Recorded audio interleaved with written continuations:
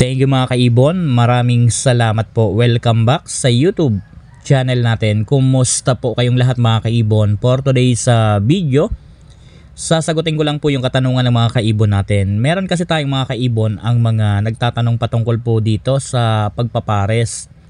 Ngayon, magbibigay tayo ng konting kaalaman at konting idea ng base lamang sa experience natin sa pag-aalaga ng mga ibon.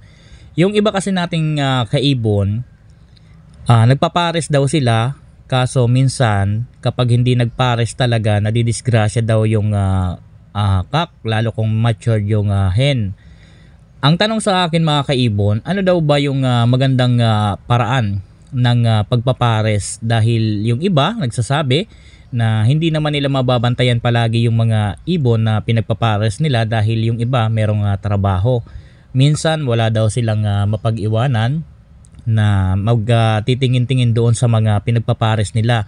Kaya medyo nangangamba dahil siyempre baka kung ano mangyari doon sa kak na ipinares. Ngayon mga kaibon, bibigyan ko kayo ng idea. Mas maganda kasi mga kaibon kapag nagpapares kayo, lalo na po kapag ang pinagpapares natin medyo matapang yung hen or kaya naman medyo matured ng konti yung hen. Mas maganda kapag nagtatrabaho tayo, walang mapag-iwanan doon sa mga pinagpapares natin, walang gaanong titingin. Dahil kung halimbawa umaga tayo pumapasok, hapon naman tayo nauwi, so wala talagang titingin-tingin doon sa mga alaga natin. Ganito po ang gawin ninyo na pagpapares. Huwag po kayong magpares doon sa ilalagay po ninyo sa double cage tapos merong divider. Halimbawa yung double cage, merong divider sa gitna, tapos yung pinagpapares ninyo tag-isa, isa doon sa kabila, isa din sa kabila. So wag po ninyong gagawin po ang pagpapares na dyan ninyo ilalagay.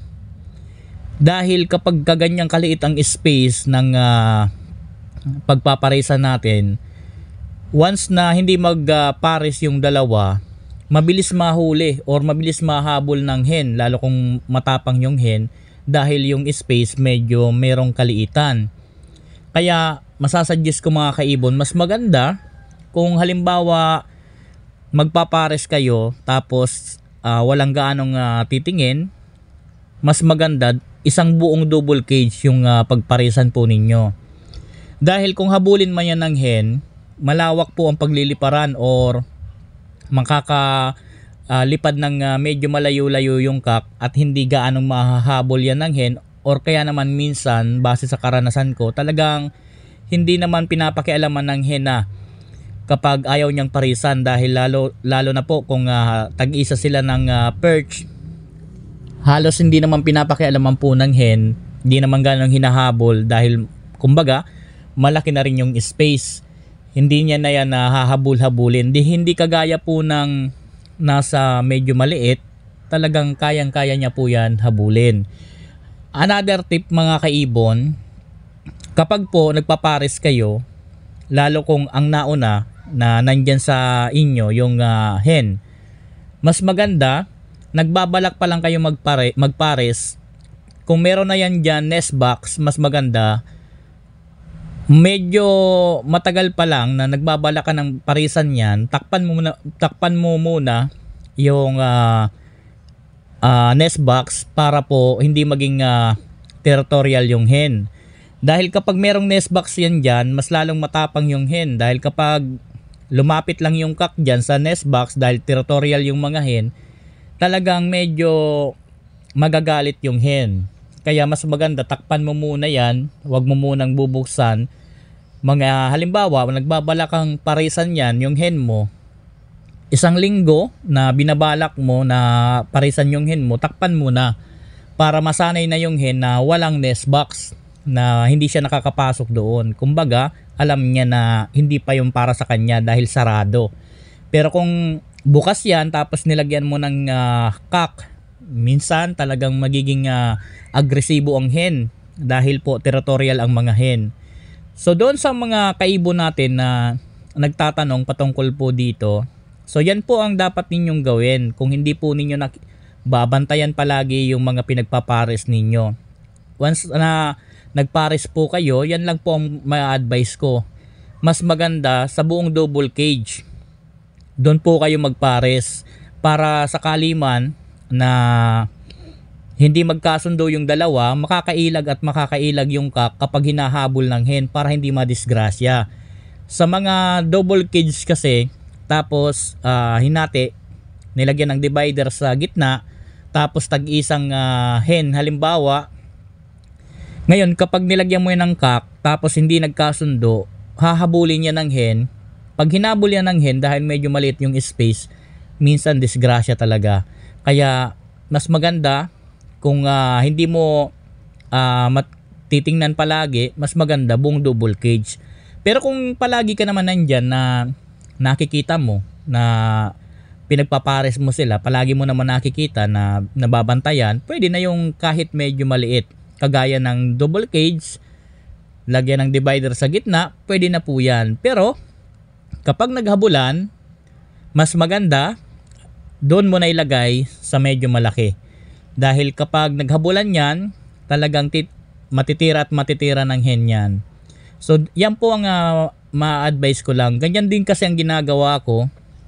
Halimbawa po, meron kasi akong paraan na mabilis na mag-force pairing. Halimbawa, nagpo-force pairing tayo. Ngayon, hindi ko naman masusubaybayan kung pumapasok tayo araw-araw. Kaya ang ginagawa ko, ganyan na lang din. Ilagay ko sa double cage, pagparising ko dyan.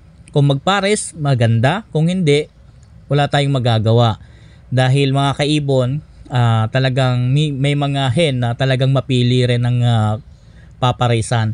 Pero sa ganyan, halimbawa ganyan na double cage tapos silang dalawa lang, maganda yan dahil kahit matagal, kahit isang linggo or humigit isang linggo, talagang maganda yan na ganyan ang paraan na gagawin natin dahil hindi nga yan mahahabol at hindi mahahabol yan ng hen. Kumbaga, kapag lumayo yung cock, hindi na yan nahahabulin ng hen. Saka tamang paraan din ito na ganitong klase ng pagpapares sa, for example, yung hen mo 8 months, yung cock mo magsa 7 months pa lang, pwede yan po mga kaibon, napakaganda po niyan. Halimbawa, hindi pa sila talaga totally nagpares, pero sa katagalan, lalo kung hindi naman nag-aaway, magpapares at magpapares yan dyan. Ang inaantay kasi ng hen kapag medyo matured na, tapos hindi sila nag-aaway. Halimbawa, yung cock, dumating na sa punto na gusto na niya talaga din mag-breed. Kahit hindi talaga yan nagkukutuhan, hindi talaga sila, kumbaga, nagbaband, pero magkasama lang.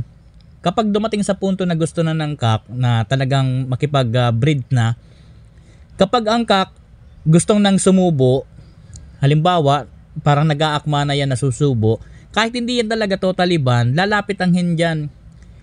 Lalapit ang hen dyan, tapos kapag sinubuan yan ng cock, maganda. Pero may mga supladang hen na kapag lumapit yan dyan, kahit sinubuan na, minsan, kumbaga naglalambing lang din. Parang merong pahapyaw din na tuka. Minsan, parang tutukay ng dahan-dahan yung cock. Tapos lilipad yung cock, babalik yung cock na ganun pa rin ang inaakma niya na susubo. Diyan na po yan, mabubuo yung pagpapares niyan mga kaibon. Kaya okay rin po yan na ganyan na pagpapares sa double cage kung halimbawa medyo matured ang hen, medyo bata ang cock. Dahil kung hindi yan naghahabulan, darating sa punto na sa tagal nilang magkasama dyan na dalawa, magpapares at magpapares din po yan. Yan ang kagandahan na hindi po kayo mangangamba dahil medyo malaki yung cage. Kahit habulin niya ng hen, malawak ang pag-iilaga ng cock. Doon sa mga kaibon natin na nagtanong, yan lang po masasuggest ko. Dahil ganyan din naman po ang ginagawa ko.